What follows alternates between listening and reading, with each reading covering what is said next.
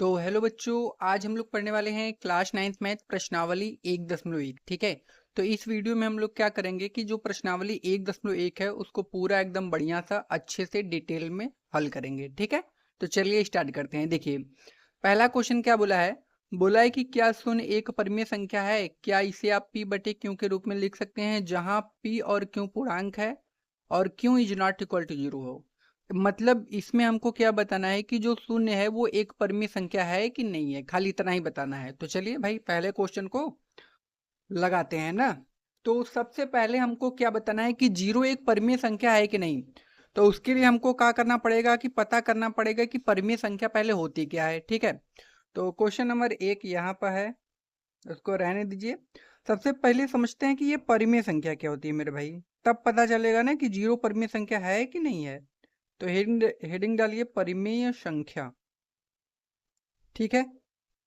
परिमेय संख्या क्या होती है, देखिए अब वह संख्या वह संख्या जिसे हम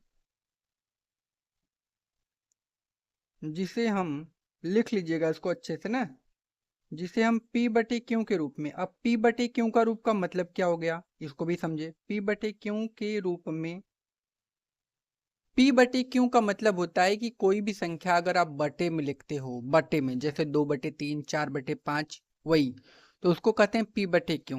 मतलब बटे में कोनो संख्या लिखोगे तो ऊपर वाला p का मान रहेगा, नीचे वाला q का मान। ठीक है। तो वह संख्या जिसे हम p बटे क्यू के रूप में लिखते हैं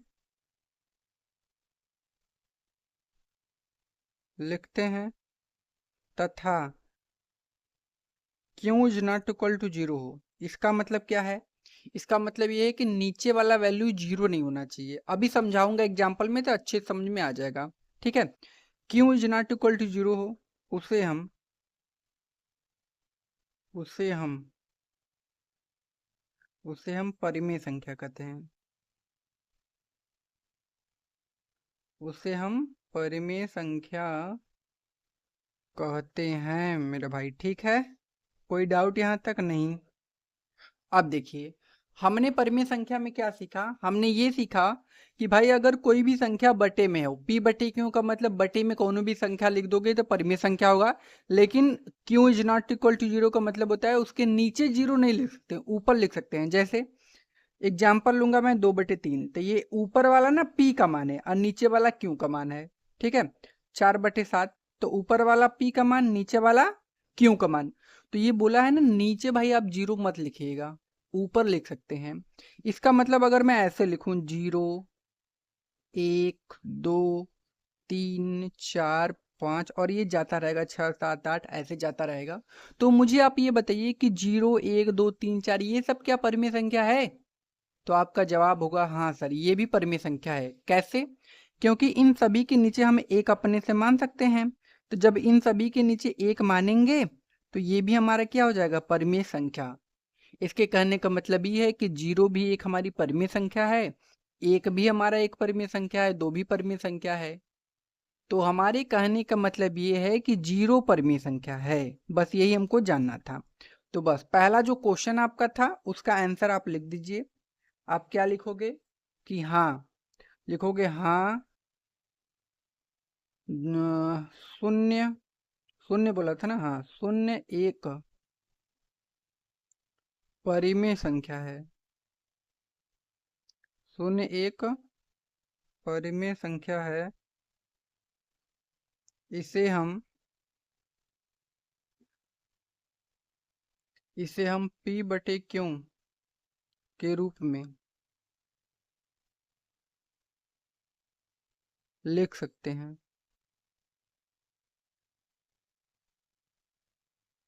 ठीक है। बस यही आंसर हो गया मेरे भाई। कोनो दिक्कत? नहीं दिक्कत ना। तो हमने क्या किया कि इस क्वेश्चन का आंसर आराम से लिखिए। अगला क्वेश्चन देखते हैं अब। ठीक है। देखिए अगला क्वेश्चन क्या बोला है, क्वेश्चन नंबर दूसरा है। बोला है कि 3 और 4 के बीच में हमको 6 परिमेय संख्या ज्ञात करनी है। तो चलिए निकाल लेते हैं ना, 3 और 4 के बीच में 6 परिमेय संख्या। ठीक है। तो इसको हटाते हैं। अब देखिए ये वाला क्वेश्चन हम लोग कैसे लगाएंगे। तो क्वेश्चन नंबर आपका यहाँ पर होगा दूसरा। 3 और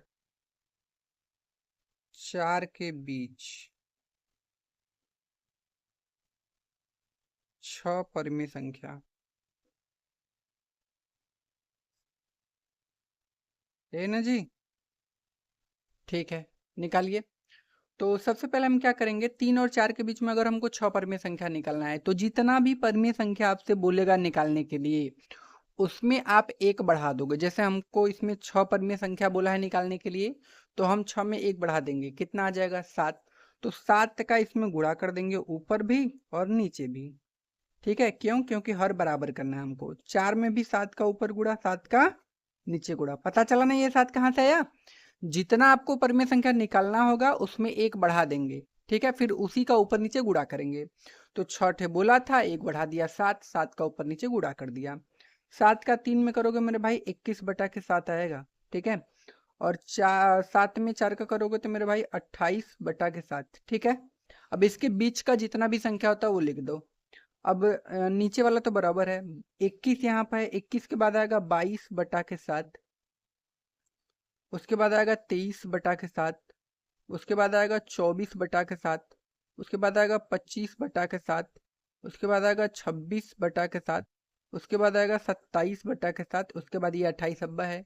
तो इसके और इसके बीच में 6 परिमेय संख्या निकालना था। देखो मिला कि नहीं, 1 2 3 4 5 6, बस उसी को लिख दो। तो यहाँ पर हमारा जो आंसर हो जाएगा वो हो जाएगा 22/7, 23/7, 24/7 हो जाएगा, 25/7, 26/7 और आपका 27/7। ठीक है, यही हमारा फाइनल आंसर हो जाएगा।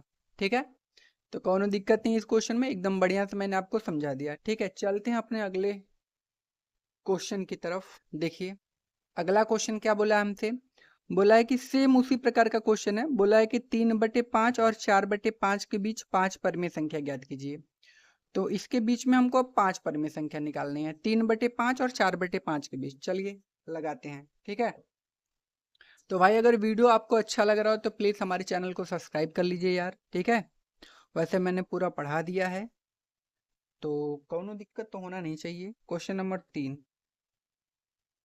ठीक है, क्वेश्चन नंबर 3 में हमसे क्या बोला है कि 3/5 और 4/5 के बीच 5 परिमेय संख्या,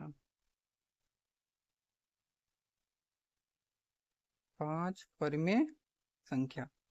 ठीक है, इसके बीच में हमको 5 परिमेय संख्या निकालनी है, तो कैसे निकालेंगे? देखिए अब देखिए हमसे 5 परिमेय संख्या पूछा है ना, तो हम क्या करेंगे, इसमें एक बढ़ाएंगे।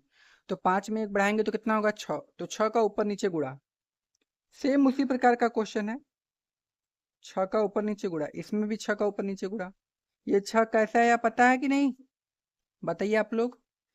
जितना भी परिमेय संख्या निकालना होगा उसमें एक बढ़ा के गुणा करना ऊपर नीचे। ठीक है, अब 6 का 3 में गुणा कर दिया 18 आ जाएगा, और इसमें गुणा करेंगे तो 30 आ जाएगा। 4 का 6 में 24, 5 का 6 में 30। अब इसके बीच का संख्या लिख लो। 18 के बाद आता है 19/30 रहबा करेगा, उसके बाद 20/30, उसके बाद 21/30, उसके बाद 22/30, उसके बाद 23/30, उसके बाद ये 24 पहले ही से है। तो इसके और इसके बीच में 5 परिमेय संख्या मिल गया, 1 2 3 4 5, बस इसी को लिख देते हैं ना भाई।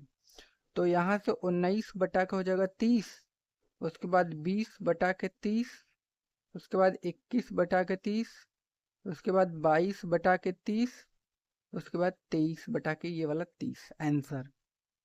ठीक है मेरे भाई, तो कोनो दिक्कत इसमें नहीं होनी चाहिए ना। अब चलते हैं अपने अगले वाले क्वेश्चन की तरफ, देखते हैं हमारा अगला वाला क्वेश्चन क्या बोला है। ठीक है, चलिए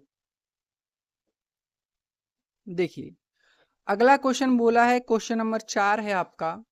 बोला है कि नीचे दिए गए कथन सत्य है या असत्य, कारण के साथ अपने उत्तर दीजिए। मतलब ये जो नीचे कथन दिए गए हैं वो सत्य है कि असत्य, और कारण भी बताना है। ठीक है, चलिए पहला क्वेश्चन बोला है कि प्रत्येक प्राकृतिक संख्या एक पूर्ण संख्या होती है, ये कथन सही है कि गलत है? चलिए इसको भी हल करते हैं। ठीक है, तो इसको हटा लेते हैं। तो क्वेश्चन नंबर 4 है, बोला है कि प्रत्येक प्राकृतिक संख्या एक पूर्ण संख्या होती है। तो इसमें दो संख्याओं का बात किया है। सबसे पहला था आपका क्वेश्चन नंबर चौथा के, ये पहला है। सबसे पहले तो आपका बोला है प्राकृतिक संख्या, उसको लिख लेते हैं भैया। प्राकृतिक संख्या क्या होती है? प्राकृतिक संख्या 1 2 3 4 5 6 7 8 और ये जाता रहेगा। उसके बाद पूर्ण संख्या बोला था ना, जो जो संख्या बोला है उसको लिखो पहले। पूर्ण संख्या 0 से स्टार्ट होता है। 0 1 2 3 4 5 6 7 जाता रहेगा ये भी। अब हमसे क्वेश्चन में ये पूछा था कि जितना भी प्राकृतिक संख्या होता है वो एक पूर्ण संख्या होता है कि नहीं। तो बस आपको करना क्या है, इसमें आपको बस ये देखना है कि ऊपर जितना भी नंबर लिखा गया है वो नीचे वाले में मिल रहा है कि नहीं। तो आप देखोगे सर ऊपर तो 1 2 3 4 5 6 7 8 ये सब लिखा गया है, नीचे वाले में जितना ऊपर नंबर लिखा गया वो सब नीचे वाले में मिल जाएगा। तो जितना ऊपर वाला नंबर है सब नीचे वाले में मिल गया, तो इसका मतलब ये कथन क्या है? सत्य है। इसका मतलब जितना भी प्राकृतिक संख्या होगा उसको हम पूर्ण संख्या कह सकते हैं। मतलब ये कथन क्या है मेरे भाई? सत्य है। क्या है? सत्य है। ठीक है, पहला का आंसर। दूसरा देखिए, दूसरा क्या बोला है? दूसरा बोला है देखिए कि प्रत्येक पूर्णांक एक पूर्ण संख्या होती है। ये कथन सही है कि गलत? चलिए इसको भी बताता हूँ। प्रत्येक पूर्णांक एक पूर्ण संख्या होती है, तो पूर्णांक, सबसे पहले पूर्णांक लिख लेते हैं ना। पूर्णांक क्या होती है? पूर्णांक संख्या, पूर्णांक संख्या जिसमें प्लस वाला भी संख्या आ जाए माइनस वाला भी।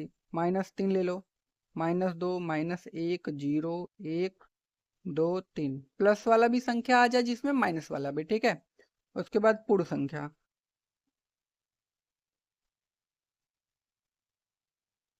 पूर्ण संख्या क्या होगी? 0 1 2 3 4 5 6, ये नंबर इधर भी जाएगा इधर भी जाएगा, दोनों तरफ बढ़ता जाएगा ना।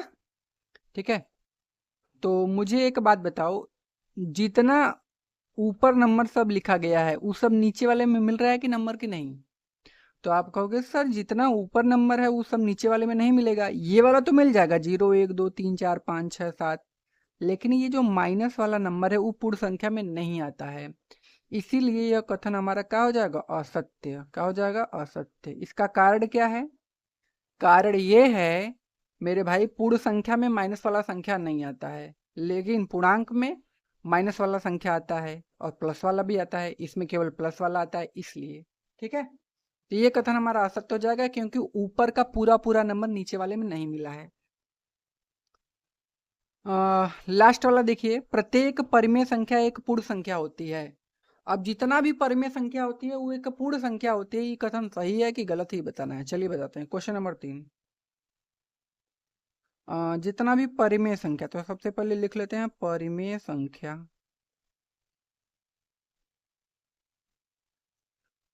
परिमेय संख्या का मतलब 2/3 4/5 6/7 0 1 2 3 4 5 और ऐसे जाता रहेगा। ये सब परिमेय संख्या हमने पढ़ा था।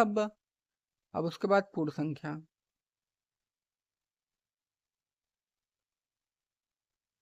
पूर्ण संख्या का मतलब क्या हो जाएगा? 0 1 2 3 4 5 6 7 ऐसे जाता रहेगा।